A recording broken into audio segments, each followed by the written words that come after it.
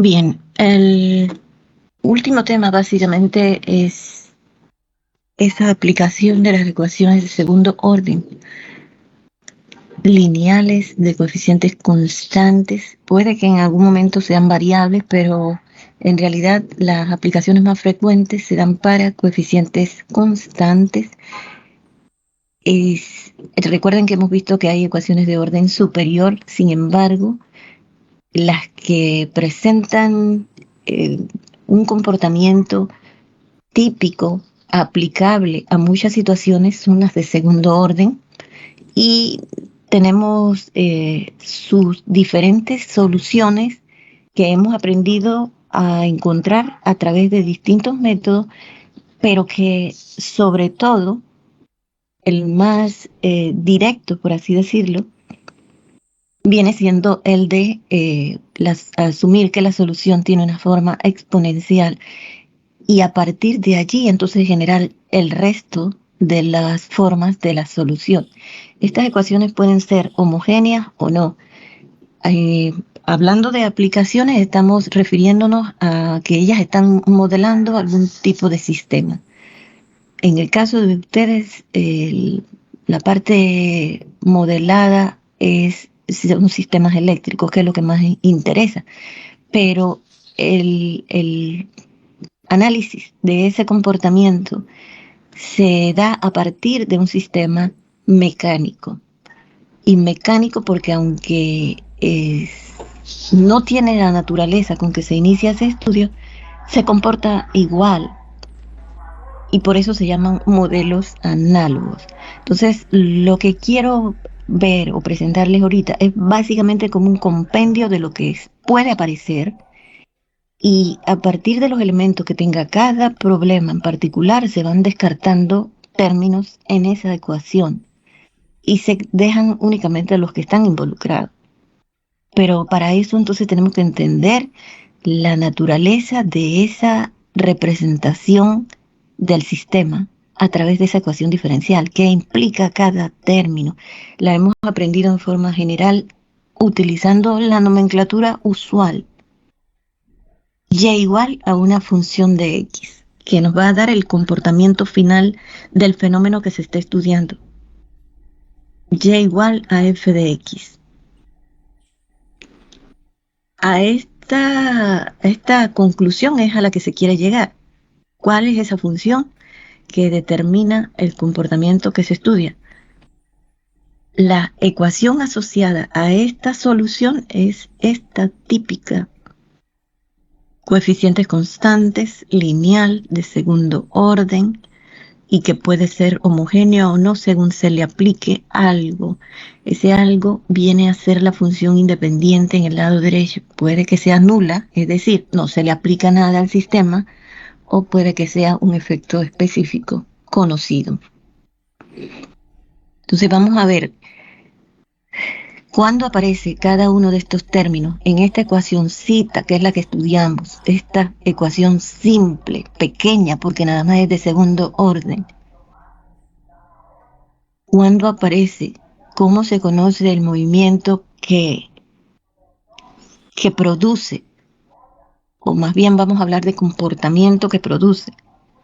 Aunque entonces al estudiar ese comportamiento, les decía, se parte de un sistema mecánico y por eso se le llama movimiento.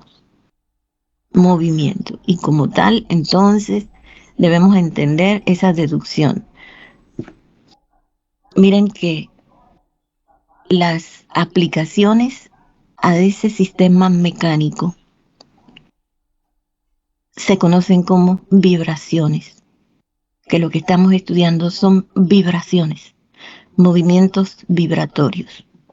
Esos movimientos vibratorios surgen como un mecanismo masa-resorte, por eso lo van a encontrar así, bajo esos títulos, sistema mecánico masa-resorte amortiguador. ¿En qué consiste? En un resorte que está anclado en uno de sus extremos, ya sea estudiado en una posición vertical como está aquí, u horizontal, el resultado es el mismo. las condiciones que se agreguen a ese sistema van a alterar la forma final de la ecuación diferencial. Primero, en toda aplicación, hay que pasar por la ecuación diferencial, armando la ecuación diferencial, y luego la resolución de esa ecuación diferencial, que es la que hemos visto, entonces va a producir la ecuación de la familia, la ecuación final de comportamiento, la ecuación con la cual sí se puede predecir, proyectar, calcular a futuro, ¿ok?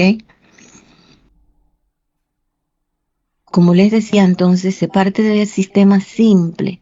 Primero un resorte solo, que él tiene por naturaleza un tamaño específico. A partir de ese tamaño específico, con un extremo libre y un extremo anclado fijo, se coloca un cuerpo, como si fuera que todo el cuerpo se puede, o el sistema se puede concentrar en ese punto y condensar su masa allí. Entonces es como que se le coloca esa masa en el extremo libre del resorte. Y una vez colocada esa masa allí, entonces ese resorte se va a deformar. Vamos a hablar de deformación, porque puede ser tanto compresión como elongación. Así que vamos a conocerla como deformación. Al colgarle esa masa en el extremo libre, el resorte se deforma. Para la posición en que lo tengo, entonces por naturaleza, la tendencia normal sería que vaya hacia abajo y por lo tanto elonga el resorte, lo deforma estirándolo. Estirándolo. Y como lo estira, entonces también la tendencia natural del resorte es volver a su posición normal, volver a recuperar su tamaño, y por lo tanto ese resorte jala a la masa hacia arriba. Pero el peso de esa masa hace que, por tendencia natural también, vuelva a estirarlo. Y entonces entran en ese juego de que el resorte lo sube y la masa lo estira. Y por eso se dice que se da una vibración, que el movimiento que ocurre es vibratorio. En el mundo real nosotros vemos que algo vibra cuando hace un movimiento repetitivo. Pasa varias veces por el mismo lugar, por la misma posición. Y eso es lo que hace este cuerpo colgado en ese resorte. Sube, baja, sube, baja, sube, baja. Por eso se llama vibración. Como el tiempo va corriendo, entonces da la impresión de que esa vibración tuviera un desarrollo. Que comenzamos, por ejemplo, en un eje horizontal, supóngase que la queremos describir gráficamente, entonces tenemos un eje horizontal para el tiempo a partir de un punto cero, un tiempo cero. Entonces para cada tiempo que va transcurriendo, t sub 1, t sub 2, t sub 3, etc., la posición del cuerpo va a cambiar, porque unas veces va a estar más arriba, otras veces va a llegar al tope, y luego la masa vuelve y baja, y así. Cambia de posición, aunque nosotros veamos que está allí mismo, solo subiendo y bajando, el tiempo va transcurriendo. Entonces, cuando viene un primer tiempo, vamos a suponer está acá. Para un segundo tiempo, a lo mejor subió más. Un tercer tiempo va más arriba, luego comienza a bajar. Así que el comportamiento gráfico nosotros lo vamos viendo como una especie de curva, y normalmente es una curva que pasa por los mismos puntos varias veces. Eso lo vemos aquí. Ocupa los mismos puntos. Acuérdense que la posición la medimos en un eje. Así, así, así. O sea que está pasando por estos puntos una, otra vez. una y otra vez y va generando esto para cada tiempo distinto. Eso es lo que pasa. Entonces lo vemos de esta manera, gráficamente es este movimiento. Físicamente lo único que está haciendo es para arriba y para abajo. Y repito, como el tiempo va transcurriendo, entonces la posición que ocupa en cada tiempo es distinta. Eso es una vibración. Una vez que hemos visto ese esquema, entonces podemos entender por qué se estudia asociándole una función que cambia con respecto de la variable independiente, que en este caso es tiempo. Para el sistema mecánico, la Y representa posición vertical del objeto colgado con respecto del tiempo. ¿Ok? Con respecto del tiempo. Lo hemos estudiado, la ecuación diferencial que se asocia a eso con una variable independiente cualquiera X y una variable dependiente cualquiera Y. Pero aquí ya comenzamos a darle significado a cada letra de esas. La Y será posición vertical, la T es el tiempo que va transcurriendo en el eje horizontal, que se va a medir o a localizar en el eje horizontal. Bien, cuando ese movimiento es solamente consta de estas dos fuerzas que se contraponen aquí, porque al resorte en su extremo libre se le colgó un peso que lo hizo vibrar. Se espera que en algún momento el resorte, por así decirlo, se canse y sea sometido por la fuerza del peso. Y en ese momento, bueno, se quedó quieto. Se dice que ahí alcanzó un nuevo equilibrio, ya no en su tamaño natural, sino ahora formando este sistema con ese cuerpo. Alcanzó el equilibrio. En ese momento, si está en equilibrio, es decir, ya no se mueve, estas dos fuerzas son iguales. En el diagrama de cuerpo libre tenemos la fuerza que se llama, en el resorte se llama fuerza de restitución y se conoce a través del principio ley de Hooke, porque fue el que la planteó. Y dice esa ley de Hooke que esa fuerza de restitución en el resorte es proporcional a la deformación que sufre el resorte.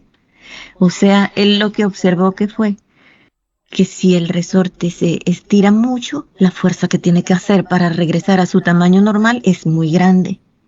Pero si se estira poquito o se deforma poquito, la fuerza es pequeña. Eso se llama proporcionalidad. Entre más grande la deformación, más grande la fuerza que tiene que hacer. Entre más pequeña la deformación, más pequeña la fuerza que requiere para volver a su tamaño natural. Eso es ley de Hooke.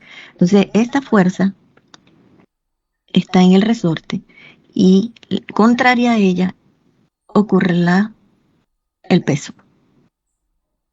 Y el peso sabemos que es mg, la masa del cuerpo por la gravedad. Entonces, en este punto donde el resorte ya se cansó y hay equilibrio, estas dos fuerzas son iguales. Porque hacen que el sistema quede quieto, quede en reposo, en equilibrio. Pero ese no es el punto que nos interesa, sino donde se producen las vibraciones. O sea, que se saca ese cuerpo de este equilibrio y hay movimiento. Y en el movimiento, la estructura o la representación de ese movimiento físico, en términos matemáticos, está dado por la segunda ley de Newton. La resultante de esas fuerzas que actúan sobre el cuerpo en una dirección son iguales a la masa del cuerpo por su aceleración. Esto que está aquí. En el movimiento, en el punto de movimiento, entonces acá opera la segunda ley de Newton, porque hay movimiento, hay una aceleración. ¿Ok? ¿Cómo se consigue ese movimiento? Bueno, sacamos a ese cuerpo de la posición de equilibrio y se deja que vibre. Se deja que vibre. En ese momento, entonces, la ecuación que se forma ya no es una ecuación de equilibrio que iguala estas dos fuerzas, sino que la suma de esas fuerzas será igualada a la masa por la aceleración. Es esto que tenemos acá. Ah.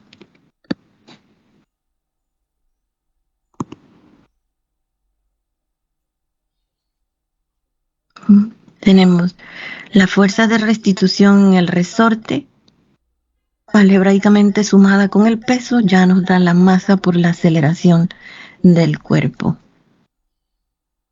La fuerza de restitución del resorte en el momento en que se pone a vibrar es la fuerza por la deformación natural que sufrió hasta el equilibrio, más la fuerza nueva o de restitución que se agrega porque se le cambia a una posición cualquiera Y.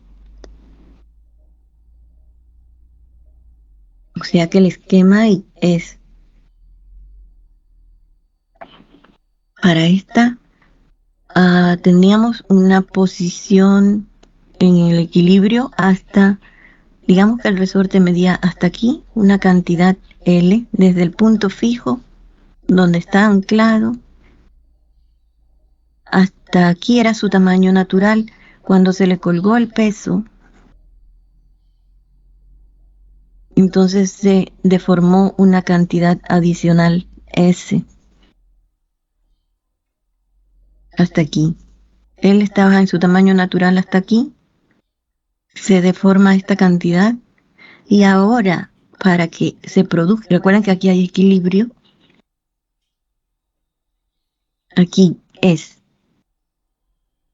mg menos k por s, asumiendo que esta es la fuerza de restitución del resorte y esta es el peso. Esa es 0. ¿Y por qué estoy poniéndole la fuerza de restitución del resorte en signo negativo? Va hacia arriba y el peso hacia abajo, y la tendencia normal de este cuerpo en ese sistema es moverse hacia abajo. Por eso se acostumbra a tomar el eje positivo hacia abajo. Positivo. Solo por eso. Eso no significa que alguien quiera mantener el eje positivo hacia arriba, lo puede hacer. Los signos aquí estarían al revés. Sería fuerza de restitución del resorte menos peso. Igual va a decir que estas dos fuerzas son iguales. Esta K es una constante de proporcionalidad que habría que determinar. Entonces, cuando este cuerpo se saca de esa posición y se lleva hasta otra posición nueva, se le agrega esta cantidad Y a la deformación. Esta Y cualquiera, una posición cualquiera donde se va a poner a vibrar. Entonces, la fuerza de restitución del resorte ahora tiene que enfrentar a esta deformación. S más Y es lo que tenemos acá. S más Y por K es la nueva fuerza de restitución. Así que cuando hay movimiento, esta fuerza de restitución es esta y se iguala a la masa por aceleración del cuerpo según la segunda ley de Newton. La mg y la ks son fuerzas iguales. Recuerden que eso es lo que sucede en el equilibrio. De manera que se cancelan y la única que queda es la deformación producto del nuevo estiramiento o la nueva posición que es Y. Esa es igual a la masa por la aceleración. Entonces, ¿qué aceleración? La aceleración del cuerpo que se está moviendo en esta dirección. Y cuando la variable dependiente es la posición de un móvil, de un cuerpo que se mueve el cambio en esa posición con respecto del tiempo es velocidad. ¿Ok? Velocidad. Y es posición.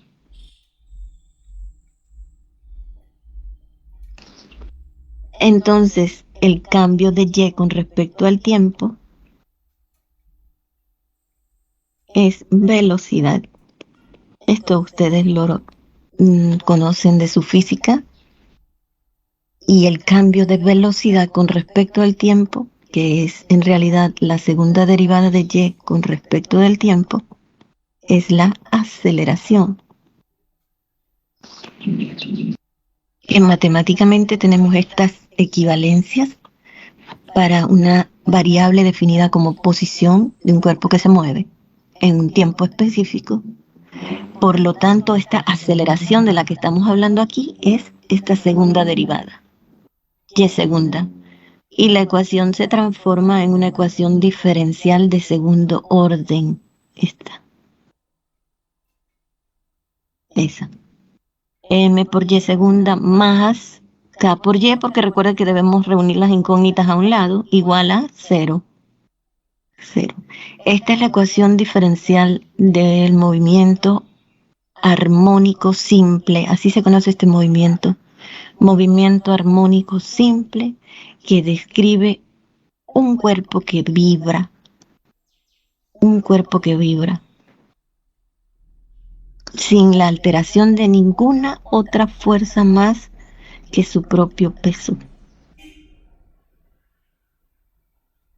Ya vimos por qué, de dónde surge, y que lo que va haciendo es, en realidad, dando origen a una curva. Este movimiento da origen a esa curva de vibración muy suave, constante y que no termina, porque no hay nada que cambie ese movimiento vibratorio.